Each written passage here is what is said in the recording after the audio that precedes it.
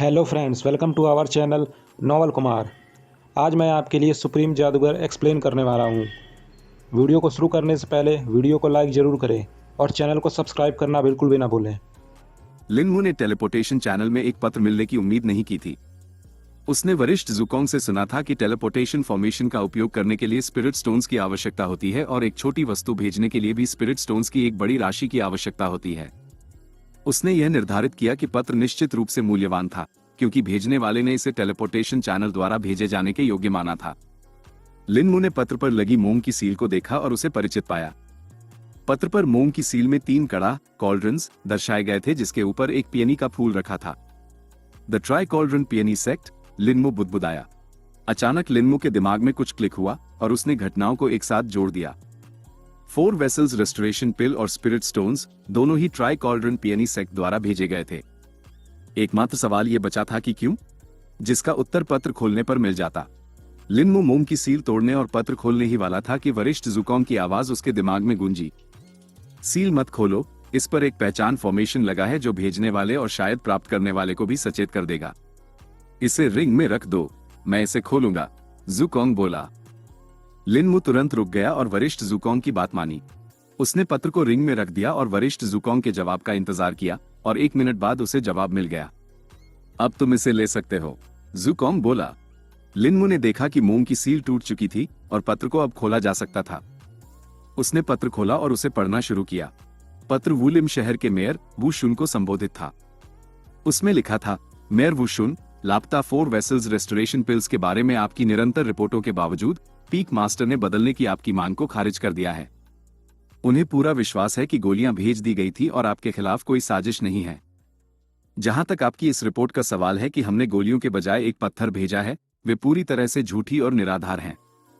Peak master ने चेतावनी दी है कि यह आखिरी बार है जब वह इस ढिठाई को बर्दाश्त करेंगे। इससे आगे और हमारे बीच का सहयोग हमेशा के लिए समाप्त हो जाएगा। ट्राई कॉल्ड्रन पियनी सेक्ट अपने शब्दों पर कायम रहा है और उसने हमेशा सर्वोत्तम गुणवत्ता वाली गोलियां प्रदान की हैं। आपके आरोप हमें बुरी रोशनी में चित्रित करते हैं और अस्वीकार्य हैं। चूंकि आप हमारी सेवाओं के बारे में शंकालु रहे हैं, इसलिए हमने अपने पिछले अनुबंध को समाप्त करने का निर्णय लिया है। हमने आपके पास शेष बचे स्पिरिट स्टोन्स वापस कर दिए हैं, जैसा कि आपने ध्यान दिया होगा। पीक मास्टर ने निर्देश दिया है कि आपको अपने निरंतर संदेश बंद कर देने चाहिए। यदि कोई और संदेशवाहक वही रिपोर्ट लेकर संप्रदाय सेक्ट से संपर्क करते हुए पाया गया तो उन्हें मार दिया जाएगा और हमारा सहयोग सीधे समाप्त हो जाएगा। हमसे केवल तभी संपर्क करें यदि आप संप्रदाय सेक्ट से अधिक गोलियां या अन्य सेवाओं का आदेश देना चाहते हैं।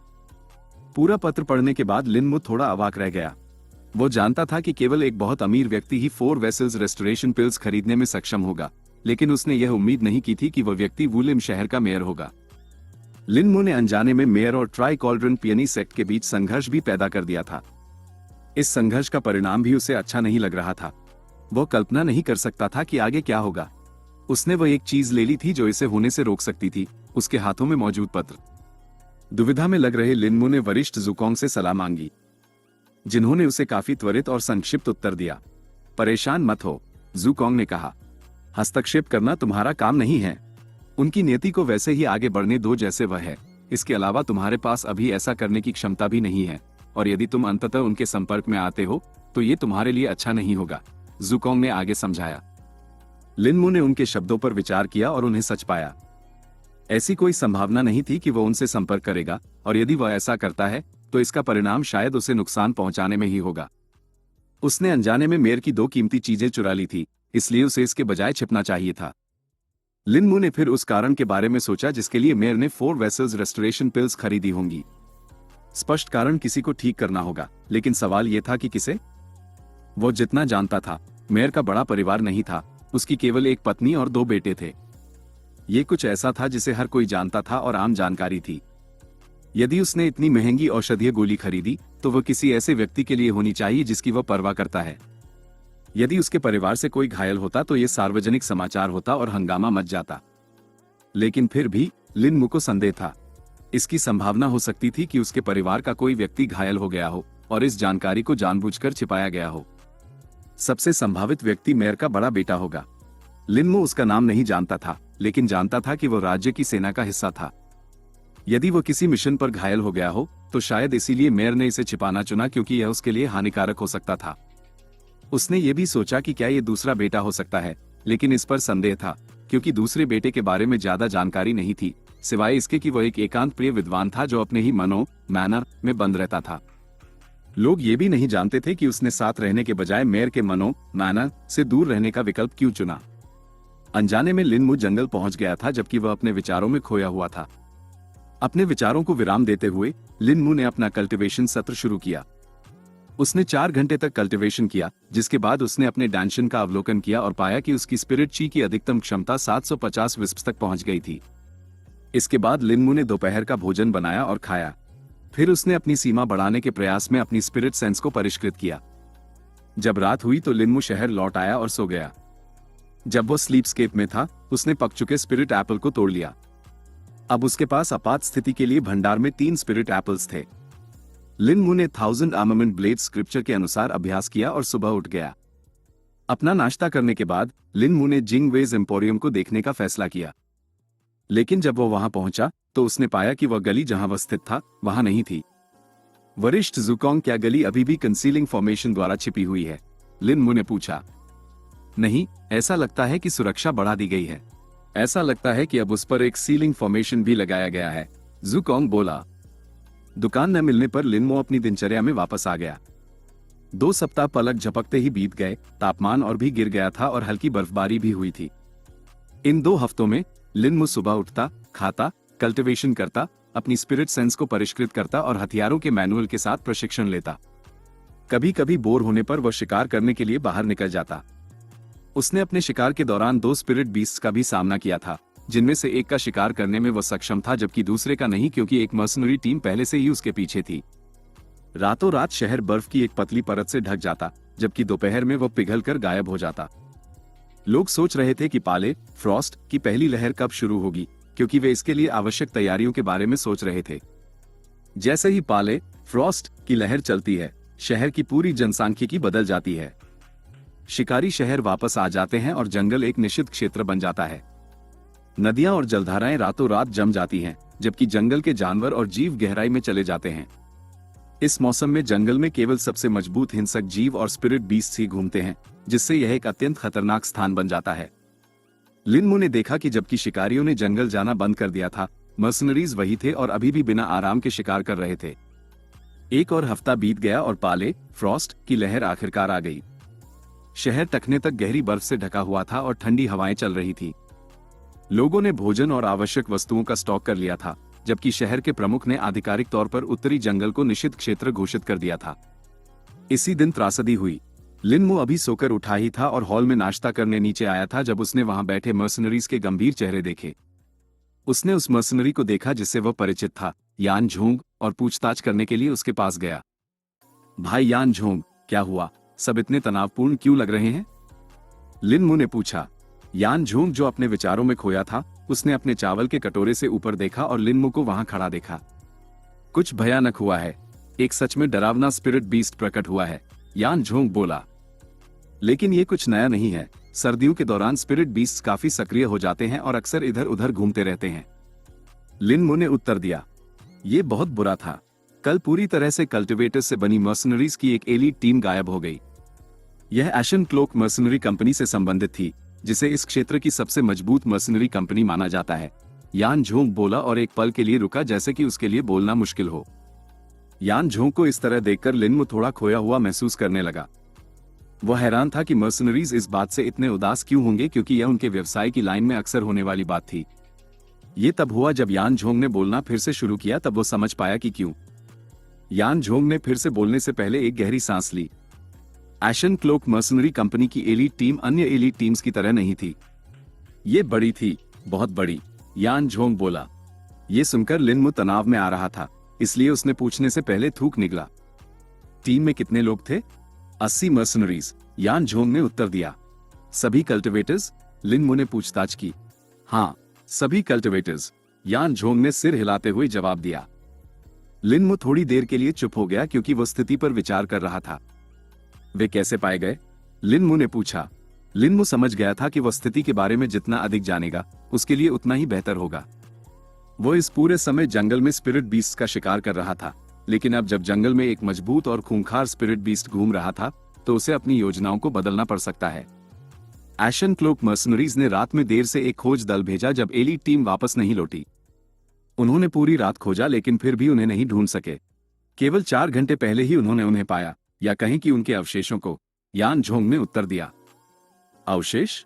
आपका मतलब है कि वहां कोई शव नहीं थे? लिन मू ने पूछा। हाँ, उन्हें वहां जो कुछ मिला वो बिखरा हुआ खून और मांस के टुकड़े थे और उनके कवच के टुकड़े थे, जिससे उन्हें पहचानने में मदद मिली। यान झोंग ने भारी आवाज में जवाब दिया। लिन मू इससे स्तब्ध था, क्योंकि वह ऐसे किसी भी जीव के बारे में नहीं सोच सकता था जो ऐसा कर सके। निश्चित रूप से एक जीव इतनी बड़ी संख्या में मर्सनरीज को मारने में सक्षम होगा, लेकिन वो निश्चित रूप से उन सभी को खा नहीं सकता था। फिर भी यान झोंग के शब्दों से वो सच्चाई और डर के संकेत को महसूस कर सकता था। यदि यान झोंग ने जो कुछ भी कहा वो सच था, तो उत्तरी शहर के सामने एक बड़ी समस्या थी। यदि ऐसा कोई जीव जंगल से बाहर निकल आया तो ये शहर के लिए विनाश का कारण बनेगा। अवशेष वास्तव में कहां मिले थे? लिन मू ने सवाल किया। लगभग 8 किलोमीटर गहरे जंगल के उत्तर पश्चिमी हिस्से में, यान झोंग ने उत्तर दिया। लिन मू ने चुपके से राहत की सांस ली, क्योंकि वो अभी भी शहर से बहुत दूर था। वो उस क्षेत्र के बारे में जानता था जिसके बारे में यान झोंग ने बात की थी। जंगल का उत्तर पश्चिमी हिस्सा शहर के पश्चिमी निकास से पहुंचा जा सकता था। यह वही निकास था जहां मर्सनरीज और शिकारियों ने अपना शिविर लगाया था। यदि कोई जंगल के उत्तर पश्चिमी भाग में और आगे जाता तो उसे लकीरों, रिजर्स से घिरे पहाड़ मिलते। यह एक खतरनाक क्षेत्र था जिसे पार करना बहुत कठिन था, क्योंकि पहाड़ और लकीरें एक प्राकृतिक बाधा के रूप में कार्य करती थी। इसने न केवल लोगों को इसे पार करने से रोका, बल्कि इसने मजबूत स्पिरिट बीस्ट को भी पार आने से रोक दिया। इस क्षेत्र को पार करने का एकमात्र तरीका सीमा पुल, फ्रंटियर ब्रिज के माध्यम से यात्रा करना या छोटे दर्रों और सुरंगों का उपयोग करना था। सीमा पुल पश्चिम की ओर बहुत दूर था, इसलिए मर्सनरीज ने संभवतः इस क्षेत्र को पार करने के लिए छोटे दर्रों का उपयोग किया था। लिन मू ने नहीं सोचा था कि वे सुरंगों के माध्यम से यात्रा करने का जोखिम उठाएंगे, क्योंकि वे ढहने के लिए कुख्यात थी। कुछ जीव उनके भीतर भी निवास करते थे और उन्हें अपने घोंसले या मांद के रूप में उपयोग करते थे। क्या उन्हें कोई अंदाजा है कि वह किस तरह का जीव था? लिन मू ने पूछा। वे जीव के बारे में ज्यादा कुछ नहीं जानते, सिवाय इसके कि उसके आकार में बहुत बड़ा होने की संभावना है और उसके 4 अंग हैं जिनमें नुकीले पंजे हैं। यान झोंग ने जवाब दिया। लिन मू इतने अस्पष्ट वर्णन के साथ ज्यादा कुछ नहीं कर सकता था, इसलिए बस किसी बड़े जीव की तलाश करने का फैसला किया। ऐसे बहुत से जीव थे जो इस विवरण में फिट होंगे, क्योंकि पहाड़ों और लकीरों के पार का क्षेत्र उनसे भरा हुआ था। लिन मू ने यान झोंग से विदा ली और अपना नाश्ता करने चला गया। अपना नाश्ता जल्दी खत्म करने के बाद वह फिर शिकार झोपड़ी की ओर गया। जबकि लिन मू अब शिकार झोपड़ी में नहीं रह रहा था, वह अभी भी उसके पास कल्टीवेशन करता था। यह एकदम सही स्थान था जो छिपा हुआ था और उसे गोपनीयता प्रदान करता था। अब जब सर्दी शुरू हो गई थी तो यह उसके लिए और भी सुरक्षित था, क्योंकि स्थानीय शिकारी भी वहां पास नहीं आते थे। एकमात्र समस्या जीव होंगे, लेकिन लिन मू उनमें से अधिकांश को संभालने के लिए पर्याप्त मजबूत था, और यदि उसका सामना किसी मजबूत जीव से होता तो वो बस भाग सकता था। 2 स्किल जो रिंग द्वारा प्रदान किए गए थे न केवल उसे हमलों को चकमा देने की अनुमति देते थे, बल्कि इसने उसे आसानी से बचने की क्षमता भी दी थी। हालांकि उस तरह की स्थिति अभी तक नहीं आई थी और लिन मू इसे इसी तरह बनाए रखने की उम्मीद कर रहा था। इन 3 हफ्तों में लिन मू ने एक और काम किया था, वह था गनमा के बारे में जानकारी प्राप्त करना। वो उस परीक्षा को नहीं भूला था जो वरिष्ठ ज़ुकोंग ने उसे दी थी और इसे जल्द से जल्द पूरा करने का इरादा रखता था। लेकिन लिन मू गानमा की अपनी तलाश में एक दीवार पर पहुंच गया था, क्योंकि वो किसी तरह दुनिया के नक्शे से गायब हो गया था। उसने आसपास पूछने की कोशिश की थी, लेकिन उसे मिले जवाब सब अलग अलग थे। उसने शिकारियों के साथ साथ उन शराबखानों से भी पूछा था जहां गानमा अक्सर जाता था, लेकिन कोई फायदा नहीं हुआ। लिन मू ने फिर उन शिकारियों को खोजने की कोशिश की जो उसके समूह का हिस्सा थे, लेकिन पता चला कि वे भी गायब हो गए थे।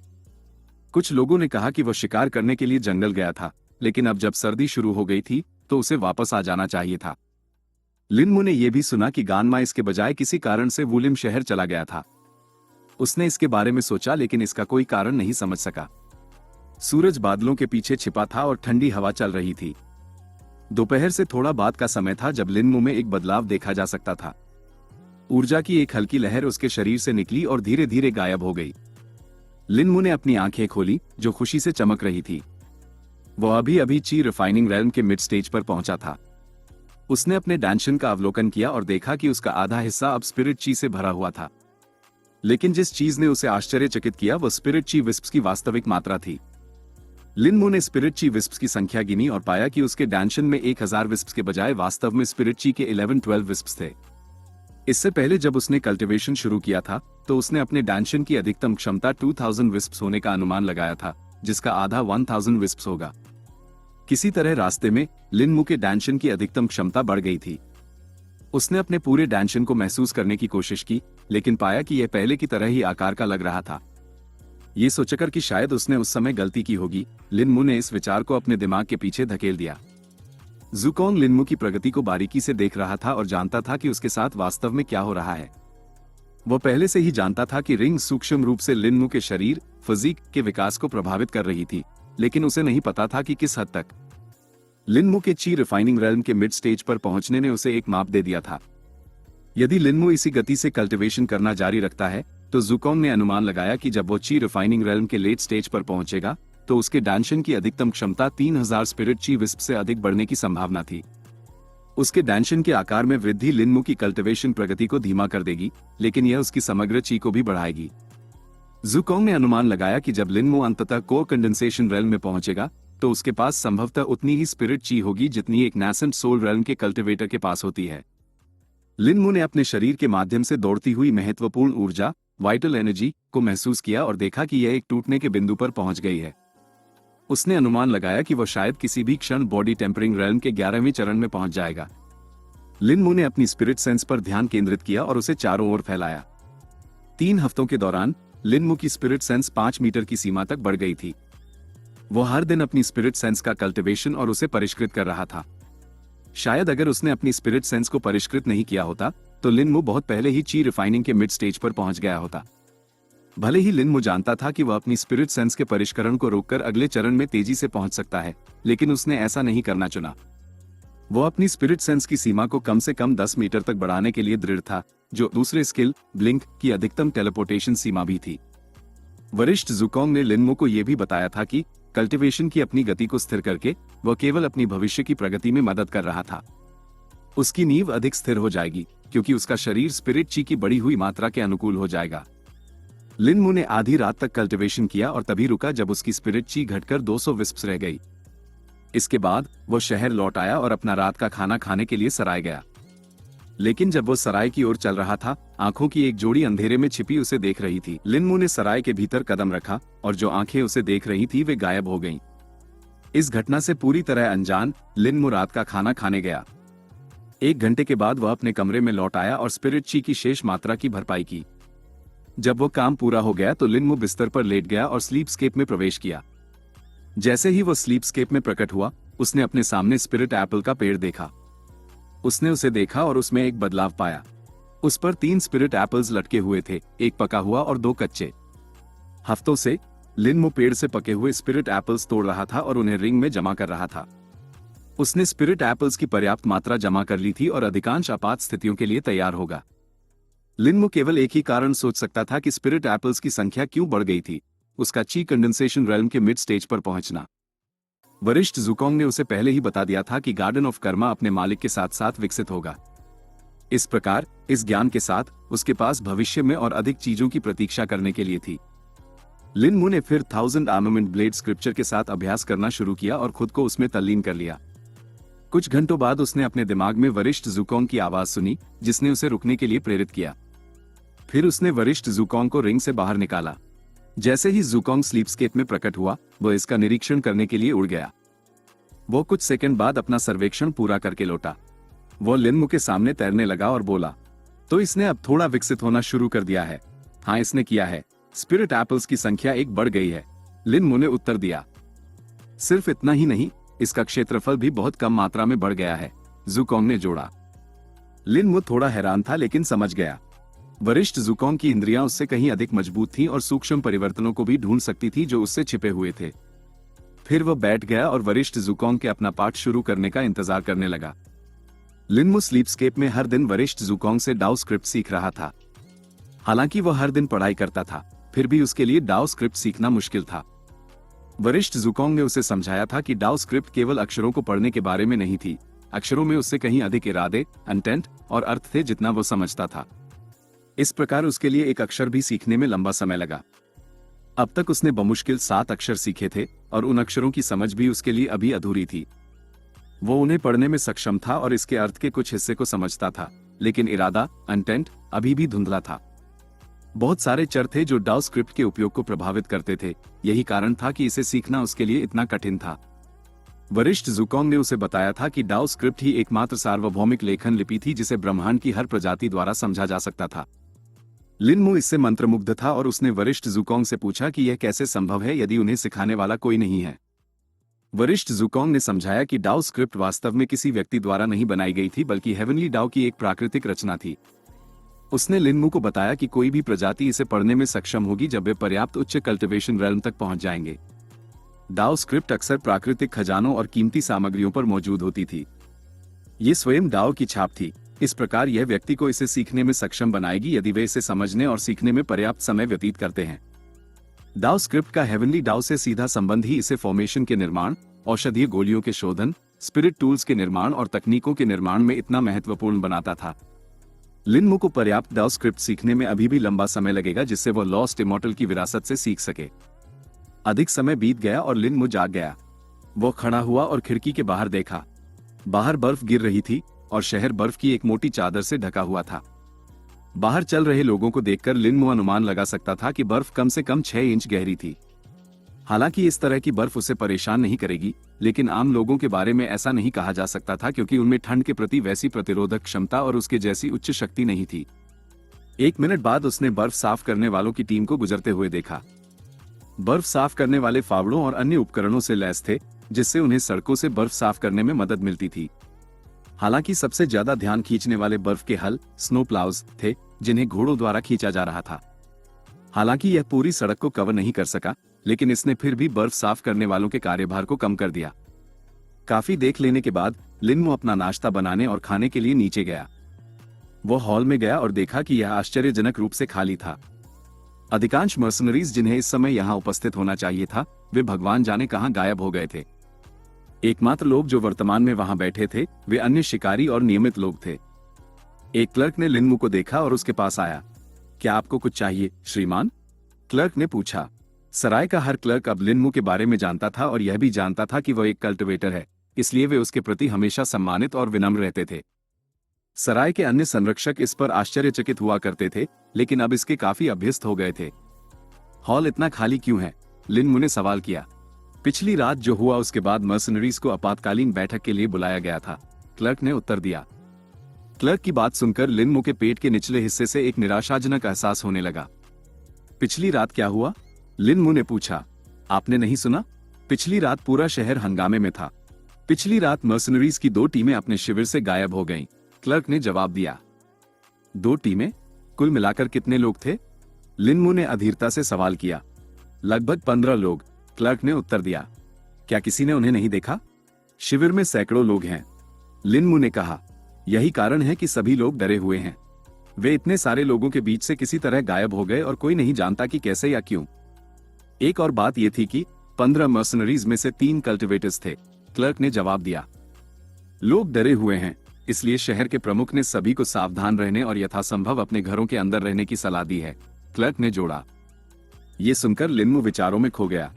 एक असहज एहसास लिन मु के दिमाग को उकसाता रहा, जैसे कि उसे चेतावनी दे रहा हो। वो थोड़ा चिंतित भी था क्योंकि कल्टिवेटर्स भी गायब हो गए थे। यदि ऐसा करने में सक्षम कोई व्यक्ति या कोई चीज है तो वे बहुत मजबूत होने चाहिए। लिन मु ने जल्दी से अपना नाश्ता खत्म किया और सराय से निकल गया। एक बड़ा काम था जिसे वह आज करने का इरादा रखता था। वह काम और कुछ नहीं बल्कि अपना घर वापस खरीदना था। 2 हफ्ते पहले वो शहर के केंद्र गया था और वहां काम करने वाले कर्मचारियों से अपने घर के बारे में पूछा था। उन्होंने उसे सूचित किया था कि जबकि वह वास्तव में इसे वापस खरीद सकता है, उसे अभी भी शहर के प्रमुख के वुलिम शहर से लौटने तक इंतजार करना होगा। जाहिर है, मेयर द्वारा सभी शहर प्रमुखों को आदेश दिया गया था कि वे जल्द से जल्द सिटी हॉल में खुद को पेश करें। इस प्रकार पिछले 2 हफ्तों से शहर का प्रमुख अनुपस्थित था। यहां तक कि शहर के केंद्र के कार्यकर्ताओं को भी अजीब लगा जब शहर का प्रमुख इतने समय तक नहीं लौटा। अब जब लिन मु को पता चला कि शहर का प्रमुख वापस आ गया है, तो वो जल्द से जल्द वहां जाना चाहता था। टाउन सेंटर शहर के बीच में स्थित था, जैसा कि इसके नाम से पता चलता है। यह उस स्थान के करीब था जहां व्यापारियों ने 1 महीने पहले शहर का दौरा करने पर बाजार लगाया था। लिनमो 15 मिनट बाद टाउन सेंटर पहुंचा और ऊंची इमारत की ओर देखा। यह शहर की सबसे ऊंची इमारत थी और सबसे पुरानी भी। वो मुख्य दरवाजे से अंदर गया, जिसके किनारे पर 2 गार्ड खड़े थे। गार्डों ने उसे देखा और उसका रास्ता रोक दिया। लिनमो ने उन्हें यहां आने के अपने उद्देश्य के बारे में बताया और उन्होंने उसे अपनी तलवार बाहर छोड़ने के लिए कहने के बाद अंदर जाने दिया। वह पहले से ही इसके बारे में जानता था, इसलिए उसे कोई आपत्ति नहीं हुई। लिनमो एक कर्मचारी के पास गया जो डेस्क पर काम कर रहा था। आप यहां किस लिए आए हैं? कर्मचारी ने पूछा। मैं अपनी जब्त की गई संपत्ति वापस खरीदने आया हूं, लिनमो दृढ़ संकल्प के साथ बोला। कर्मचारी ने आश्चर्य का भाव दिखाया लेकिन जल्द ही शांत हो गया। और वो कौन सी संपत्ति है? कर्मचारी ने सवाल किया। लिनमो ने फिर कर्मचारी को अपना नाम और संपत्ति के स्थान के बारे में सूचित किया। कृपया यहां प्रतीक्षा करें जब तक मैं शहर के प्रमुख को सूचित करने जाता हूं, कर्मचारी बोला। कर्मचारी फिर अपनी सीट से उठा और सीढ़ियों से ऊपर चला गया। कर्मचारी के लौटने से पहले लिनमो को 30 मिनट तक इंतजार करना पड़ा। शहर के प्रमुख ने अपनी अनुमति दे दी है। आप अपनी संपत्ति का दावा कर सकते हैं जब तक आप 1200 स्वर्ण मुद्राओं, गोल्ड कॉइन्स का जुर्माना भरते हैं, कर्मचारी ने सूचित किया। लिनमो कर्मचारी द्वारा बताई गई कीमत सुनकर हक्का बक्का रह गया। इस बात की कोई संभावना नहीं थी कि जुर्माना इतना अधिक हो सकता है। भले ही क्षतिग्रस्त स्पिरिट सिबों के कारण हुआ नुकसान अधिक था, फिर भी वह 1000 स्वर्ण मुद्राओं से कम था। कर्मचारी ने लिनमो को जो कीमत बताई थी वह एक बिल्कुल नया घर खरीदने के लिए पर्याप्त थी, यदि ऐसा संभव होता। 5 साल पहले जब से शहर के मेयर द्वारा कस्बों के विस्तार पर प्रतिबंध लगाया गया था, तब से घरों और संपत्ति की कीमतें आसमान छू गई थी। मेयर ने इसके बजाय कस्बे को अपनी संबंधित विशेषता का आकार बढ़ाने का आदेश दिया था। उत्तरी कस्बे को अपने स्पिरिट सेब के बागों का विस्तार करने का आदेश दिया गया था, पूर्वी को अपने फसल के खेतों का, पश्चिमी को अपने व्यापारिक स्थल का और दक्षिण को अपने सैन्य शिविर का। भले ही इस आदेश को दमनकारी माना जा सकता था, लेकिन किसी ने भी शहर के मेयर के शब्दों पर सवाल उठाने की हिम्मत नहीं की। ये प्रतिबंध ही वह कारण था जिसकी वजह से शिकारियों को पैसे बचाने में कठिनाई होती थी, क्योंकि वे अंततः सर्दियों में उन्हें खर्च कर देते थे। लिनमो इसे ऐसे ही स्वीकार नहीं कर सका और उसने कर्मचारी से पूछने का फैसला किया, जुर्माना इतना अधिक क्यों है? यहां तक कि संपत्ति की वास्तविक कीमत भी इतनी अधिक नहीं है, लिनमो ने शिकायत की। अघोषित कारणों से शहर के मेयर ने सभी करों को दोगुना कर दिया है। इसमें अपराधों और कानून तोड़ने के लिए भुगतान किए गए जुर्माने भी शामिल हैं। कस्बे के मुखिया को भी शहर के मेयर द्वारा इसी विशेष कारण से बुलाया गया था, कर्मचारी ने शांति से उत्तर दिया। लेकिन फिर भी आप ऐसा नहीं कर सकते, लिनमो ने विरोध किया। मैं कुछ नहीं कर सकता। यदि आप अपनी संपत्ति वापस चाहते हैं तो जुर्माना भरें, अन्यथा अन्य लोग इसे खरीदने के लिए तैयार हैं, कर्मचारी ने समझाया। मुझे इसे अभी लेना होगा वरना मैं इसे बाद में नहीं खरीद पाऊंगा, लिनमो ने सोचा। घरों की कमी के कारण संपत्तियों की लागत पहले से ही बढ़ी हुई थी, फिर भी ऐसे लोग थे जो इसे इतनी ऊंची कीमत पर खरीदने के लिए तैयार थे। लिनमो जानता था कि अगर उसने बहुत लंबा इंतजार किया तो दूसरों को खाली घर के बारे में पता चल सकता है और वे इसे खरीद सकते हैं। वह पहले से ही भाग्यशाली था कि पिछले 2 महीनों में किसी ने इसे नहीं खरीदा था। लिनमो ने अपने दांत भींचे और कीमत चुकाने का फैसला किया। ठीक है, मैं इसे ले लूंगा, लिनमो भींचे हुए दांतों से बोला। लिनमो ने फिर अपनी पीठ पर ले जा रहे थैले में अपना हाथ डाला और मुद्राओं की सटीक राशि निकाली। फिर उसने उन्हें काउंटर पर रखा और कर्मचारी को देखने दिया। कर्मचारी की प्रतिक्रिया देखने लायक थी क्योंकि लिनमो ने उसका जबड़ा गिरते हुए देखा। कर्मचारी ने सचमुच इसके होने की उम्मीद नहीं की थी। उसने मूल रूप से सोचा था कि लिनमो जुर्माने से निराश हो जाएगा और चला जाएगा। उसे खुद भी जुर्माने के इतना अधिक होने की उम्मीद नहीं थी। वो सोच भी नहीं सकता था कि शहर के मेयर करों को दोगुना क्यों करेंगे। लेकिन अब जब उसने लिनमो को इतनी बड़ी मात्रा में मुद्राएं निकालते हुए देखा था तो उसे निश्चित रूप से कस्बे के मुखिया को सूचित करना होगा। लिनमो ने कर्मचारी के हाव भाव में बदलाव देखा और जान गया कि वह क्या सोच रहा है। उसने अनुमान लगाया कि भविष्य में उसे कुछ समस्याएं हो सकती हैं, इसलिए उन्हें शुरू होने से पहले ही समाप्त करने का निर्णय लिया। उन मुद्राओं का ध्यान रखना, तुम मुसीबत में नहीं पड़ना चाहोगे, है ना? लिनमो ने सख्त लहजे में कहा। और जैसे ही लिनमो ने यह कहा, उसने मेज के किनारे को पकड़ लिया और उसे अपने हाथों में कुचल दिया। कर्मचारी ने यह देखा और तुरंत चुप हो गया। लिनमो उसकी आंखों में डर की लकीर भी देख सकता था। थोड़ा संतुष्ट महसूस करते हुए उसने कर्मचारी से संपत्ति का विलेख लिया और चला गया। यह अच्छा था कि हॉल में बहुत कम लोग थे, इसलिए किसी ने इस पर ध्यान नहीं दिया। कर्मचारी ने लिनमो के जाने तक इंतजार किया और उसकी पीठ को देखा। उसके जाने के बाद कर्मचारी ने मुद्राओं को एक थैली में इकट्ठा किया और ऊपर कस्बे के मुखिया के कार्यालय की ओर चल दिया। कर्मचारी एक दरवाजे के सामने खड़ा हुआ और दस्तक दी। कौन है? दरवाजे के पीछे से एक आवाज ने पूछा। यह मैं हूं, कुनमिंग, कस्बे के मुखिया, कर्मचारी बोला। अंदर आ जाओ, कस्बे के मुखिया ने उत्तर दिया। कर्मचारी ने दरवाजा खोला और कार्यालय में दाखिल हुआ। कस्बे का मुखिया एक मेज के पीछे बैठा था और शराब का प्याला पी रहा था। कस्बे का मुखिया बूढ़ा था और उसका सिर लगभग गंजा था। एक पतली मूंछ और एक छोटी दाढ़ी के साथ वो धूर्त दिखता था। कर्मचारी मेज तक गया और उस पर थैली रख दी। उसने कस्बे के मुखिया की ओर देखा और उसके बोलने का इंतजार करने लगा। यह क्या है? कस्बे के मुखिया ने कहा जब उसने मेज पर रखी थैली को देखा। जुर्माना श्रीमान, उस लड़के लिनमू ने इसका पूरा भुगतान कर दिया है, कुनमिंग ने उत्तर दिया। कस्बे का मुखिया थोड़ा हैरान दिखा जब उसने अपना प्याला नीचे रखा और थैली उठा ली। उसने उसे मेज पर उड़ेलने से पहले थोड़ी देर के लिए अपने हाथ में तौला। जल्द ही मेज पर स्वर्ण मुद्राओं का एक छोटा ढेर लग गया। मैंने इसे पहले ही गिन लिया है श्रीमान, ये कुल 1200 स्वर्ण मुद्राएं हैं, कुनमिंग बोला। और उसने ये सब एक साथ भुगतान किया? कस्बे के मुखिया ने पूछा। हाँ श्रीमान, ऐसा लग रहा था कि वह किसी तरह इसके लिए तैयार था, कुनमिंग ने उत्तर दिया। कस्बे के मुखिया के चेहरे पर एक जटिल भाव आया और वह सोचता हुआ प्रतीत हुआ। कुनमिंग कस्बे के मुखिया के विचारों को समझता हुआ लगा, इसलिए बोला।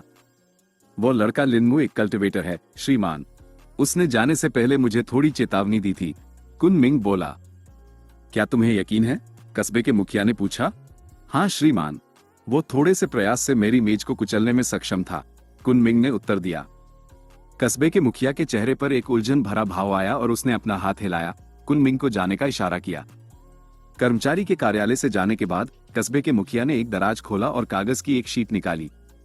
उसने मेज के किनारे से एक ब्रश उठाया और कागज पर लिखना शुरू किया। कस्बे के केंद्र के बाहर लिनमू अपने घर की स्थिति की ओर चल रहा था। उसका घर कस्बे के पूर्वी हिस्से की ओर स्थित था। ये कस्बे का सबसे घनी आबादी वाला क्षेत्र था और सबसे अधिक घरों वाला क्षेत्र भी था। लिनमू 30 मिनट में अपने घर पहुंच गया और उसके गेट के सामने खड़ा हो गया।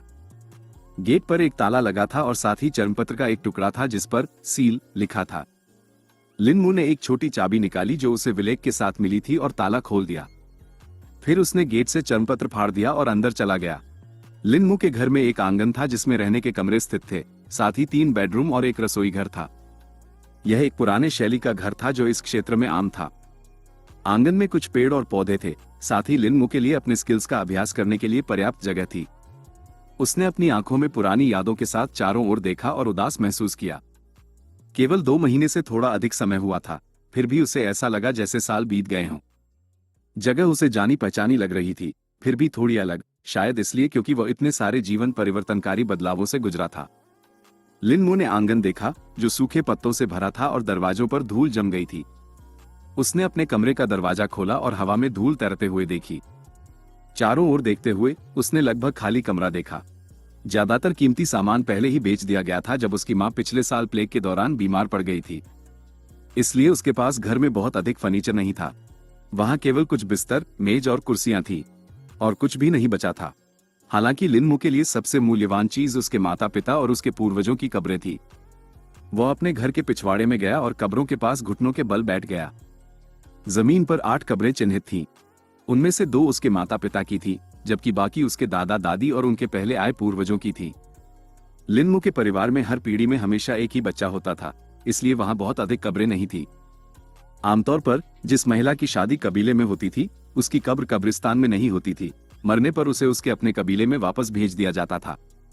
लेकिन क्योंकि लिनमू की मां एक अनाथ थी, उसे कबीले के कब्रिस्तान में दफनाया गया था। लिनमू सूर्यास्त तक कब्रों के पास घुटनों के बल बैठा रहा और अपने पूर्वजों से प्रार्थना की। अंत में उसने कब्रों के सामने माथा टेका जो उसके कबीले की 7 पीढ़ियों का प्रतिनिधित्व करती थी और खड़ा हो गया। वो घर से बाहर निकला और नॉर्थविंड सराय में गया। लिनमू क्लर्क के पास गया जो मेज पर बैठा था और बोला, मैं सराय से चेक आउट कर रहा हूं, उसने कहा।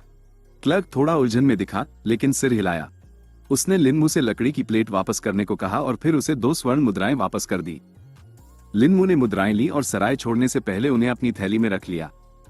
अब तुम्हारे लिए ठीक से कल्टिवेट करने का समय आ गया है, जुकोंग अचानक बोला। सीनियर जुकोंग की बात सुनकर लिनमू के कदम रुक गए।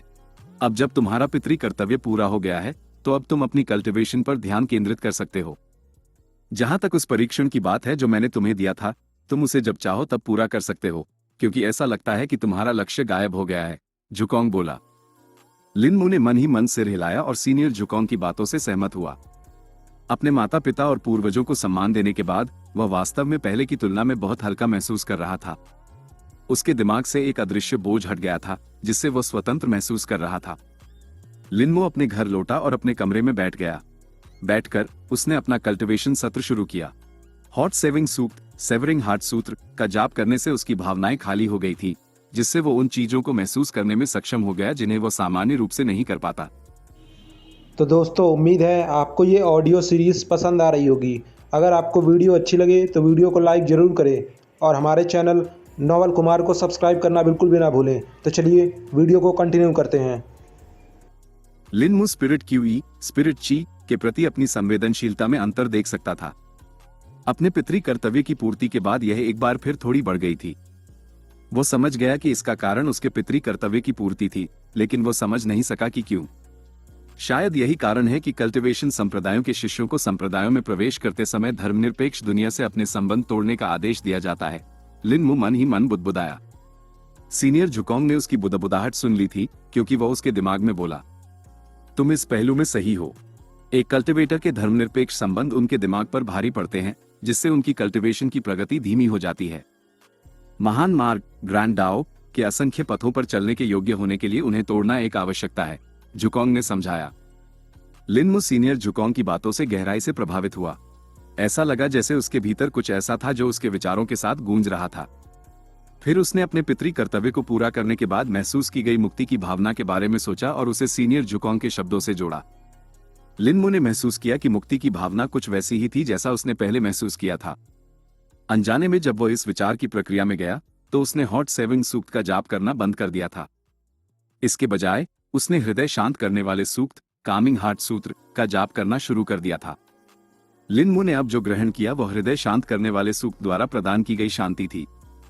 उसने इसे मुक्ति की भावना और उसके बाद होने वाली शांति के साथ सहसंबद्ध किया। घंटों बीत गए जब लिनमू अपने विचारों पर विचार कर रहा था। धीरे धीरे लेकिन लगातार लिनमू समाधि की स्थिति में डूब रहा था। उसकी सांसें तालमेल में आ गई थी, जबकि उसका दिमाग स्थिर हो गया था।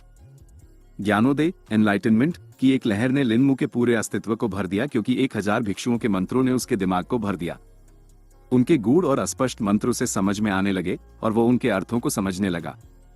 उसका मन उस समय पर लौट गया जब उसने पहली बार हृदय शांत करने वाला सूक्त प्राप्त किया था।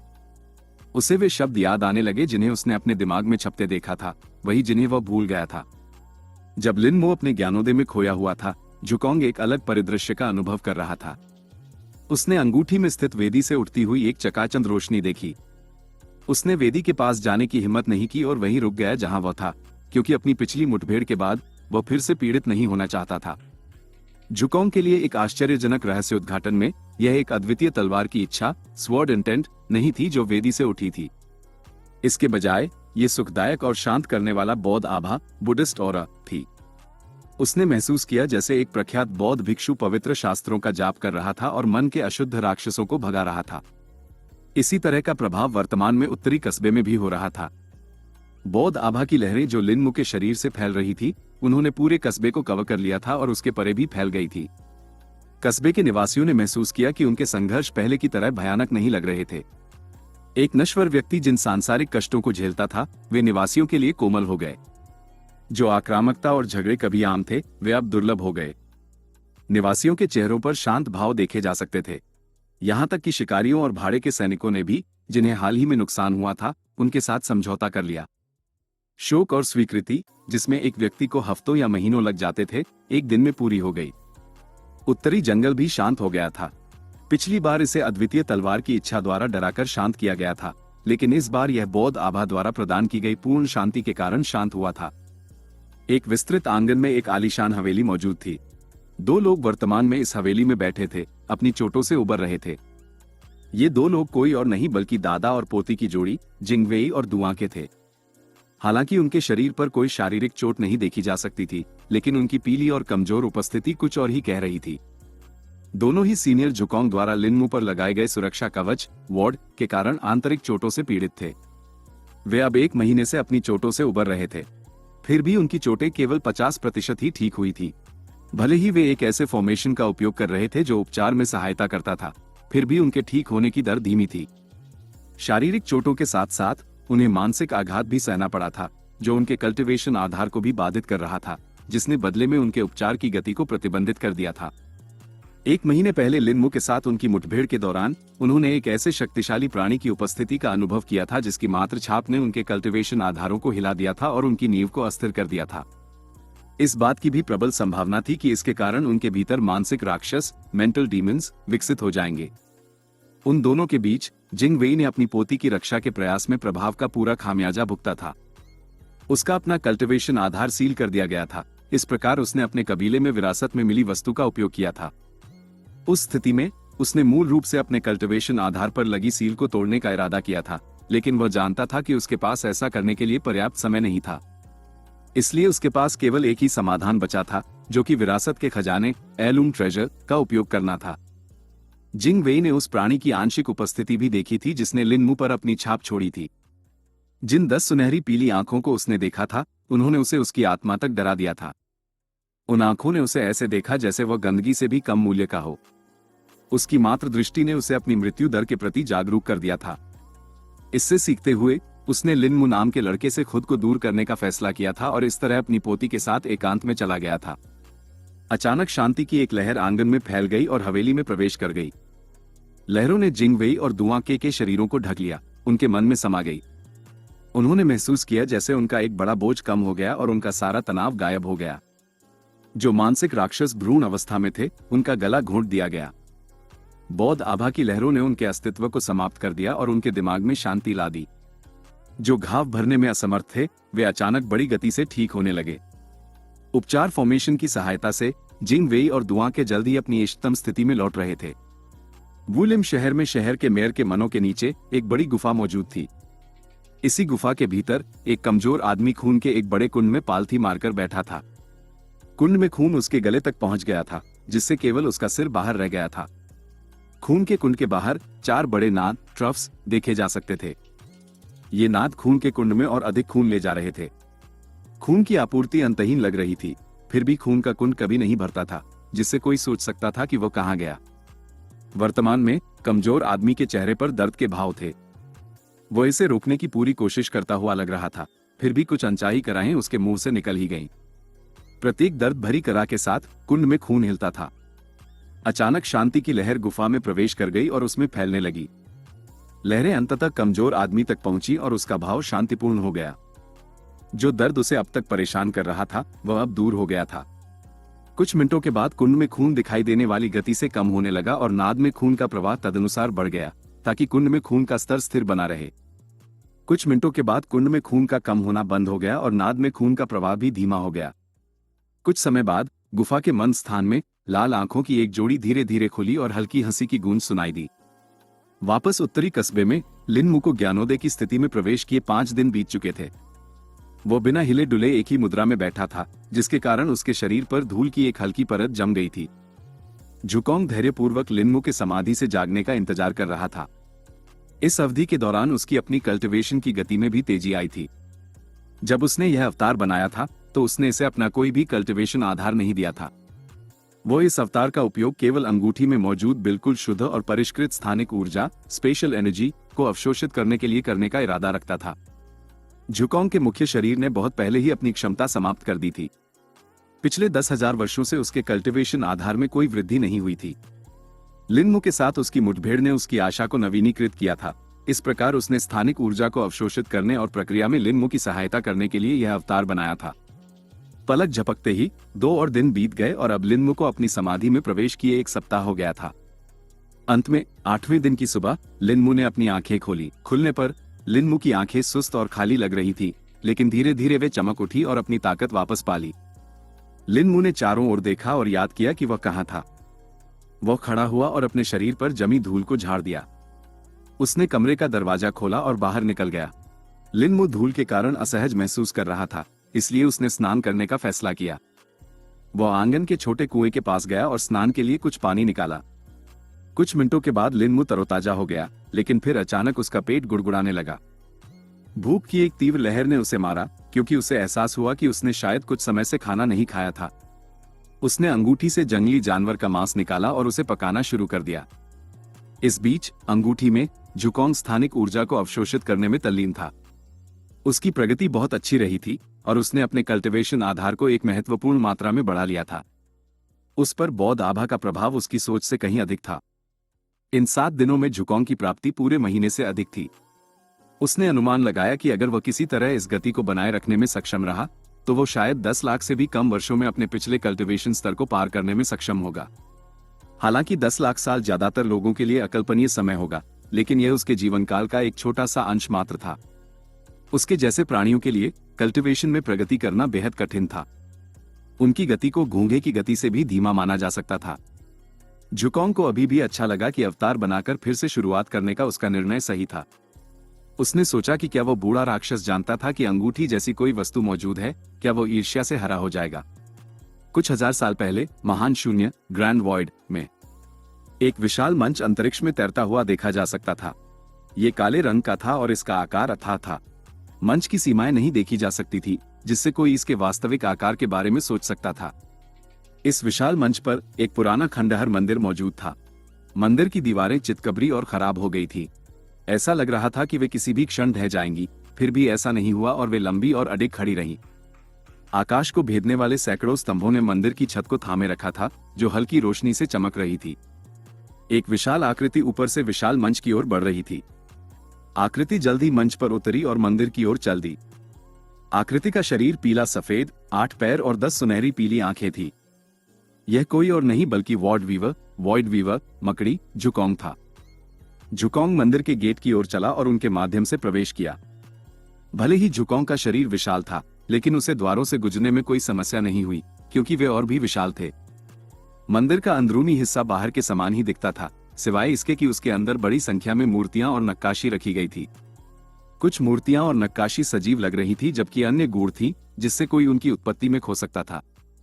मूर्तियां विभिन्न प्रकार की सामग्रियों से बनी थी और उनमें जानवरों, राक्षसों, शैतानों, पौधों, भूतों, मनुष्यों, देवताओं, बुद्धों, अमर लोगों और असंख्य हथियारों को चित्रित किया गया था। जुकोंग जितना आगे बढ़ता गया, मूर्तियों की संख्या उतनी ही बढ़ती गई। एक निश्चित बिंदु पर दीवारों पर पेंटिंग भी दिखाई देने लगी। पेंटिंग विभिन्न प्राणियों, परिदृश्यों और रहस्यमयी चीजों की थी। जुकोंग चलता रहा और अज्ञात समय के बाद वह अंततः मंदिर के अंत तक पहुंच गया। मंदिर के बिल्कुल अंत में एक विशाल पत्थर का सिंहासन बनाया गया था। सिंहासन खाली था, फिर भी उससे एक उपस्थिति महसूस की जा सकती थी। जुकोंग ने सिंहासन की ओर देखा और बोला, मैं यहाँ हूँ, बूढ़े राक्षस। जुकोंग की गहरी आवाज मंदिर में गूंज उठी, जिससे मूर्तियां हिल गईं। सिंहासन पर एक धुंधली आकृति दिखाई दी और फिर धीरे धीरे साकार हुई। अब एक व्यक्ति सिंहासन पर बैठा था। सिंहासन की तुलना में व्यक्ति को छोटा माना जा सकता था। व्यक्ति ने लंबे और पिच ब्लैक कपड़े पहने हुए थे, जिन पर टिमटिमाते सितारे चित्रित थे। सितारे हिलते और फीके पड़ जाते थे, जिससे वे जीवित लगते थे। व्यक्ति ने अपने सिर पर हुड पहना हुआ था और कोई उसका चेहरा नहीं देख सकता था, क्योंकि वह अंधेरे में छिपा हुआ था। व्यक्ति ने धीरे से अपना सिर जुकोंग की ओर उठाया और बोला, मैं वो देख रहा हूं, मेरा कर्तव्य पूरा हुआ। जुकोंग बोला, हम इसे सच और झूठ दोनों कहा जा सकता है। हुड वाले व्यक्ति ने उत्तर दिया, अपने शब्दों के खेल बंद करो और मुझसे सीधे बात करो। जुकोंग ने झुंझलाहट के संकेत के साथ कहा, उस स्थान के संदर्भ में तुम्हारा कर्तव्य पूरा हो गया है, लेकिन कुल मिलाकर यह नहीं हुआ है। हुड वाले व्यक्ति ने कहा, बस मुझे नए निर्देशांक कोऑर्डिनेट्स बता दो। जुकोंग ने आह भरते हुए कहा। हुड वाले व्यक्ति से क्यूई की एक लहर निकली, जिसे फिर जुकोंग ने अवशोषित कर लिया। निर्देशांक सुनने के बाद जुकोंग जाने के लिए मुड़ा। हम शायद तुम्हें एक शिष्य बना लेना चाहिए, हुड वाले व्यक्ति ने रहस्यमयी ढंग से कहा। जुकोंग के कदम रुक गए और उसने बिना पीछे मुड़े उत्तर दिया, एक शिष्य? जैसे कि मुझे वो चाहिए। इसके अलावा मैं एक कैसे प्राप्त करूंगा, अगर मैं अपना कर्तव्य निभाने में फंसा हुआ हूं? जुकोंग ने उत्तर दिया, एक शिष्य को पढ़ाने से तुम्हें सीखने में मदद मिलेगी। ये तुम्हें अपना एक नया दृष्टिकोण देगा और तुम अंततः अपनी जाति की सीमाओं को पार करने में सक्षम हो सकते हो, हुड वाले व्यक्ति ने कहा। मुझे यकीन है कि तुम इसे किसी समय समझ लोगे, हुड वाले व्यक्ति ने जोड़ा। जुकोंग ने कोई उत्तर नहीं दिया और तेजी से मंदिर से बाहर निकल गया। हुड वाला व्यक्ति अभी भी वहीं था, विशाल सिंहासन पर शांति से बैठा था। उथल पुथल का समय निकट है, ब्रह्मांड का उत्तराधिकारी जल्द ही पैदा होना चाहिए। हुड वाला व्यक्ति बुदबुदाया और फिर गायब हो गया। वापस उत्तरी कस्बे में लिन मू ने अभी अभी खाना खत्म किया था। उसने अंगूठी में जमा किए हुए सारे मांस को लालच के साथ खा लिया था। उसके पास जंगली जानवर का मांस मुश्किल से ही बचा था, इसलिए उसे आज और शिकार करना होगा। लिन मू ने सोचा कि कितना समय बीत गया होगा, ये देखते हुए कि उसे किस तरह की भूख महसूस हुई थी। समय या दिन का अनुमान लगाने में सक्षम न होने के कारण लिन मू ने सीनियर जुकोंग से पूछने का फैसला किया। इस बार जुकोंग की बारी थी कि उसे उसके ख्यालों से जगाया जाए। लिन मू ने अपने मन में बात की और जुकोंग ने इसे सुना, जिससे उसने अपना कल्टीवेशन सत्र रोक दिया। सीनियर जुकोंग, कितने दिन बीत गए हैं? लिन मू ने पूछा। तुम्हें अपनी ज्ञानोदय की स्थिति में प्रवेश किए 1 सप्ताह हो गया होगा। यह 8वां दिन है, जुकोंग ने उत्तर दिया। लिन मू इस खुलासे से थोड़ा हैरान था। उसने इसके 1-2 दिन होने की उम्मीद की थी, लेकिन कभी 1 सप्ताह नहीं। तो तुमने ज्ञानोदय से क्या प्राप्त किया? यदि तुम इतने लंबे समय तक उस स्थिति में रहे तो तुम्हें वास्तव में कुछ महान लाभ होने चाहिए, जुकोंग उत्साह से बोला। लिन मू ने सिर हिलाया और बोला, हाँ सीनियर, मैंने बहुत सी चीजें सीखी। हृदय शांत करने वाले सूक्त की मेरी समझ भी अगले चरण में पहुंच गई है। यह बाहरी समझ, एक्सटर्नल कॉम्प्रहेंशन के दूसरे चरण में है। तुम्हें अब अन्य लोगों पर हृदय शांत करने वाले सूक्त और हॉट सेविंग सूक्त दोनों के प्रभावों का परीक्षण करना चाहिए, जुकोंग बोला। लिन मू सीनियर जुकोंग की बातों से सहमत हुआ। मूल रूप से वह अन्य लोगों पर हॉट सेविंग सूक्त का परीक्षण करने के विचार के विरुद्ध था, क्योंकि वह नहीं जानता था कि प्रभाव कितना गंभीर होगा। लेकिन अब जब हृदय शांत करने वाला सूक्त बाहरी समझ के दूसरे चरण में भी था, तो उसे बिना किसी समस्या के अन्य लोगों पर इसका उपयोग करने में सक्षम होना चाहिए। लिन मू को तब अपने जंगली जानवर के मांस के भंडार की स्थिति याद आई। कम से कम रात के खाने के लिए पर्याप्त मांस प्राप्त करने की इच्छा से वो जंगल के लिए घर से निकल गया। गलियों में चलते समय लिन मू ने कुछ ऐसे दृश्य देखे जिससे उसे अजीब महसूस हुआ। वो एक मधुशाला टैवर्न के पास से गुजरा, जो आमतौर पर सुबह भी शोर शराबे वाली होती थी, फिर भी आज वो शांत थी।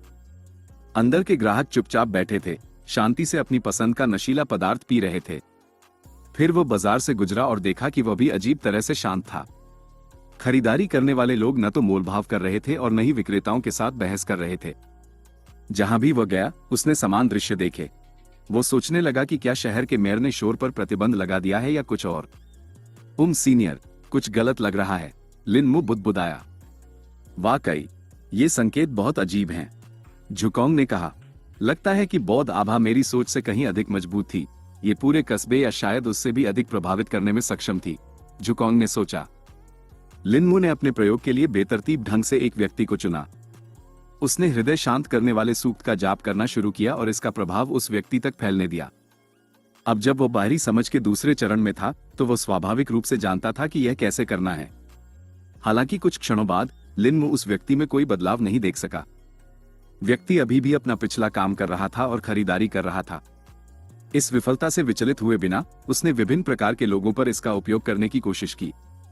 फिर भी अंत में परिणाम वही थे कि कोई प्रभाव नहीं था। मैं क्या गलत कर रहा हूं?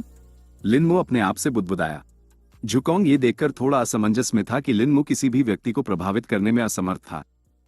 वो इसका कारण भी नहीं समझ पा रहा था। भले ही वे बौद्ध आभा ऑरा से प्रभावित हुए हों, फिर भी उन्हें कुछ संकेत दिखाने चाहिए थे। ये समझते हुए कि शायद ये काम न करे, उसने लिन मू से कुछ और प्रयास करने को कहा। उन पर सेविंग हार्ट सूत्र का उपयोग करने का प्रयास करो, जुकोंग ने कहा। लेकिन सीनियर, लिन मू बोला, मुझ पर भरोसा करो। मुझे लगता है कि कामिंग हार्ट सूत्र उन पर प्रभाव इसलिए नहीं डाल रहा है क्योंकि वे पहले से ही इसके प्रभाव में हैं, जुकोंग ने उसकी बात काटते हुए कहा। पहले से ही इसके प्रभाव में? आपका क्या मतलब है सीनियर? लिन मू ने सवाल किया। जब तुम ज्ञान प्राप्त कर रहे थे तो तुम्हारे भीतर से बौद्ध पथ की आभा निकल रही थी।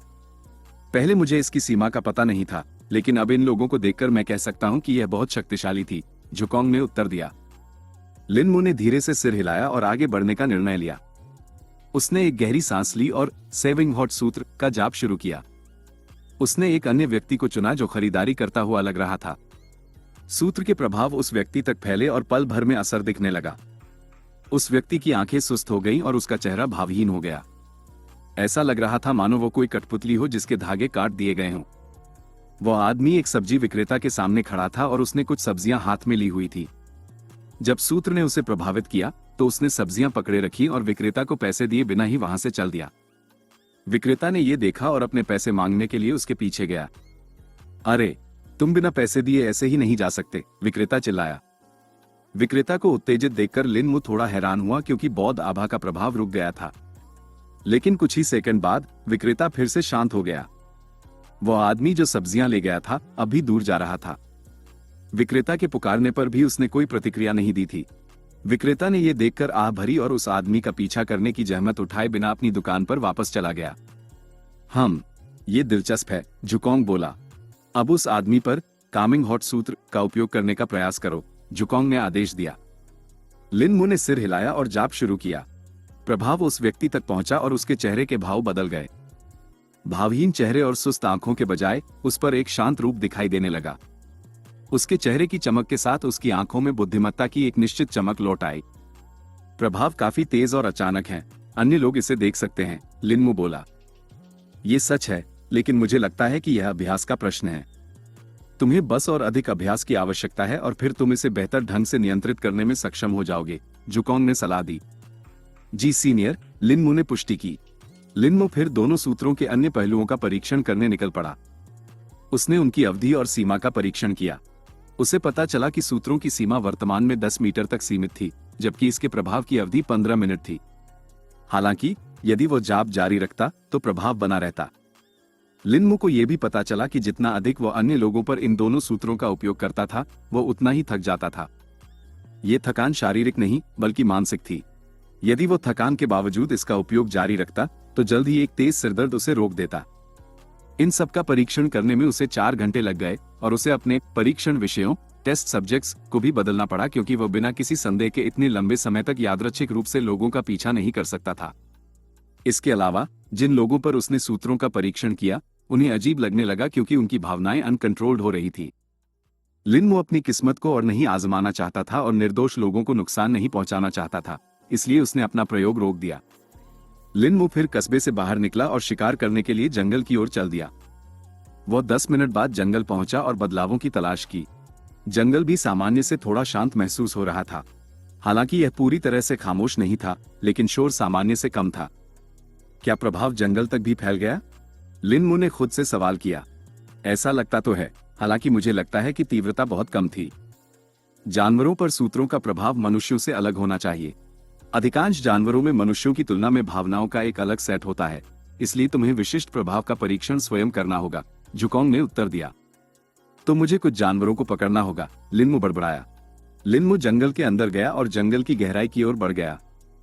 वो कुछ स्पिरिट बीस्ट्स या कम से कम कुछ उच्च श्रेणी के जानवरों का शिकार करना चाहता था, क्योंकि वो निम्न श्रेणी के जानवरों से संतुष्ट महसूस नहीं कर रहा था। उसे जल्द ही एक जानवर मिला, लेकिन वो मध्य श्रेणी का जानवर था।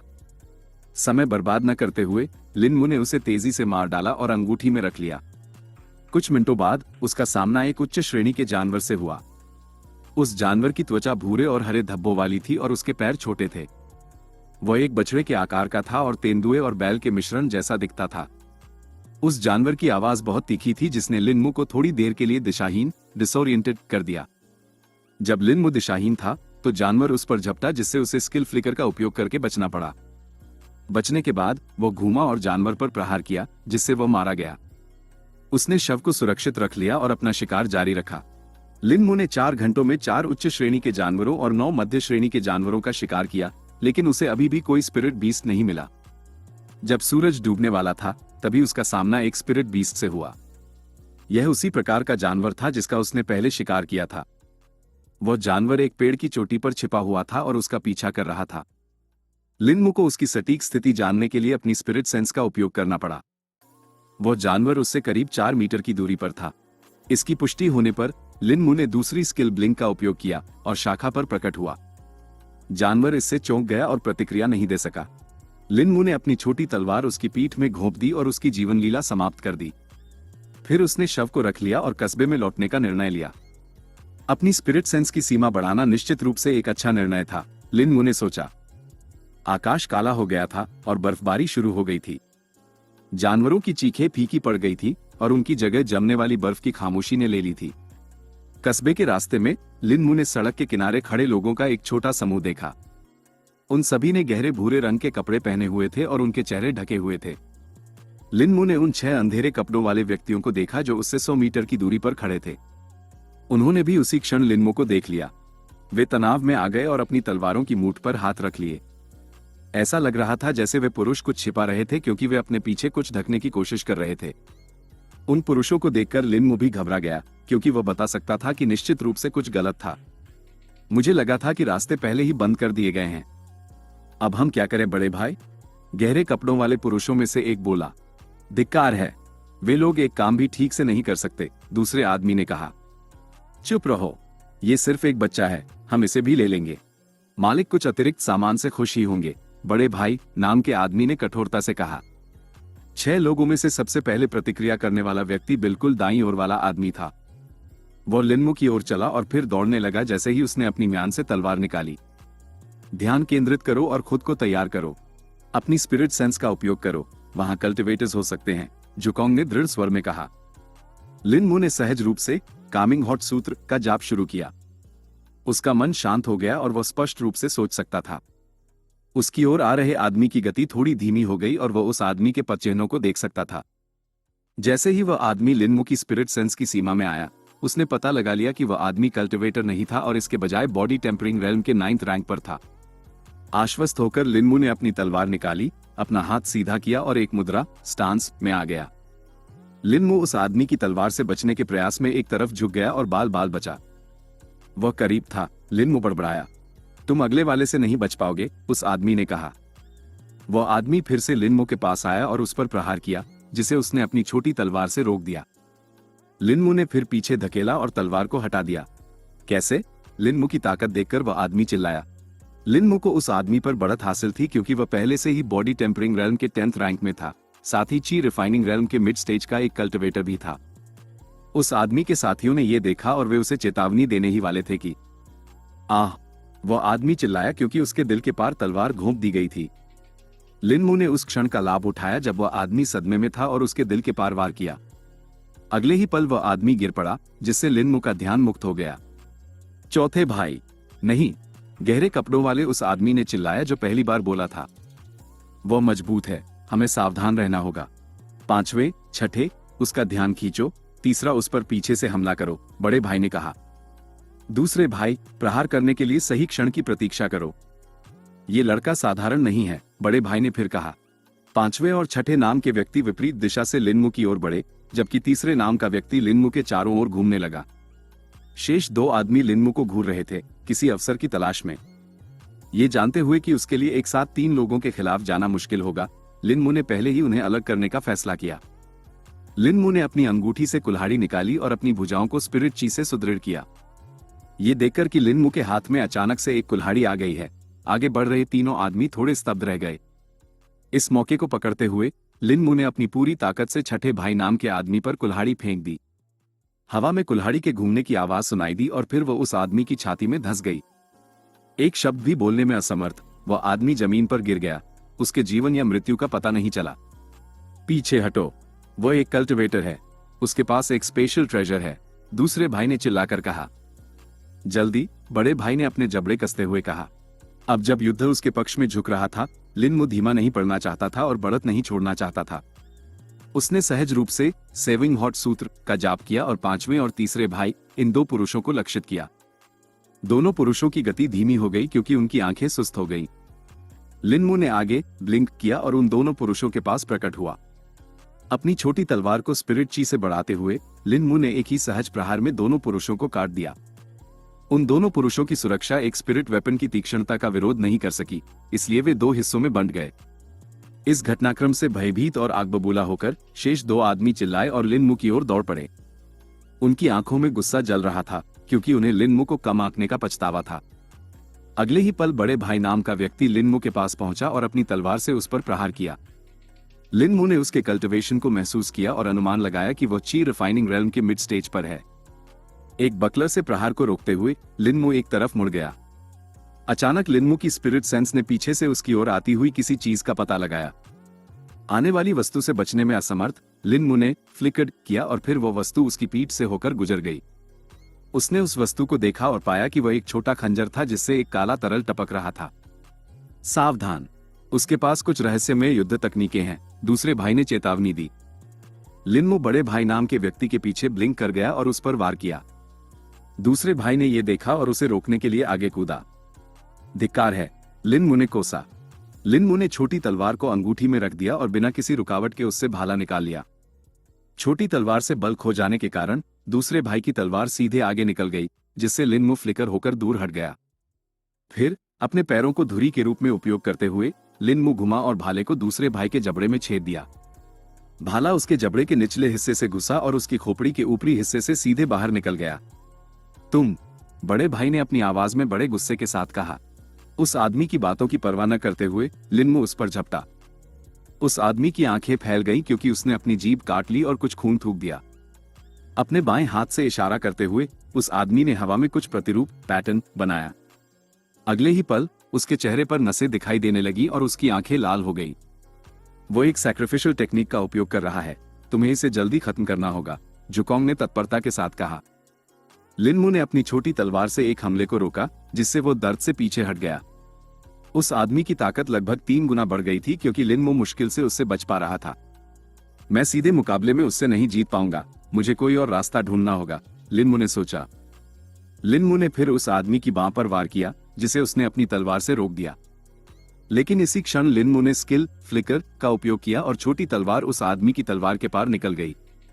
फिर उसने अंतिम क्षण में स्किल को रद्द कर दिया, जिससे उस आदमी की बांह और कंधे पर एक गहरा घाव हो गया, जिससे वो दर्द से करा उठा। अब उसकी छोटी तलवार उस आदमी की बांह में फंसी होने के कारण लिनमो उसे निकालने में असमर्थ था। अपनी तलवार पीछे छोड़ने का विकल्प चुनते हुए लिनमो उस आदमी की पीठ के पीछे ब्लिंक कर गया। बोल्डर कलैप्सिंग फिस्ट के लिए मुद्रा स्टांस में आते हुए लिनमो ने अपना हाथ पीछे खींच लिया। उसकी सांस मुद्रा के साथ मिल गई क्योंकि स्पिरिट ची ने उसके हाथ में एक सर्पिल स्पाइरल बना लिया। अपनी सारी बाजी इस अंतिम हमले पर लगाते हुए लिनमो ने इसे अंजाम दिया। Boulder कलैप्सिंग fist. शूश हवा की एक फुफकार सुनाई दी क्योंकि हवा की एक धारा आगे बढ़ी, जिससे उस आदमी के कपड़े फड़फड़ाए और फट गए। फिर एक घिनौनी आवाज सुनाई दी जब लिनमो की मुट्ठी उसकी पीठ से टकराई। कड़क फ्लुश। लिनमो की मुट्ठी उसकी पीठ को तोड़कर अंदर घुस गई और उसके अंदरूनी अंगों को मसल दिया।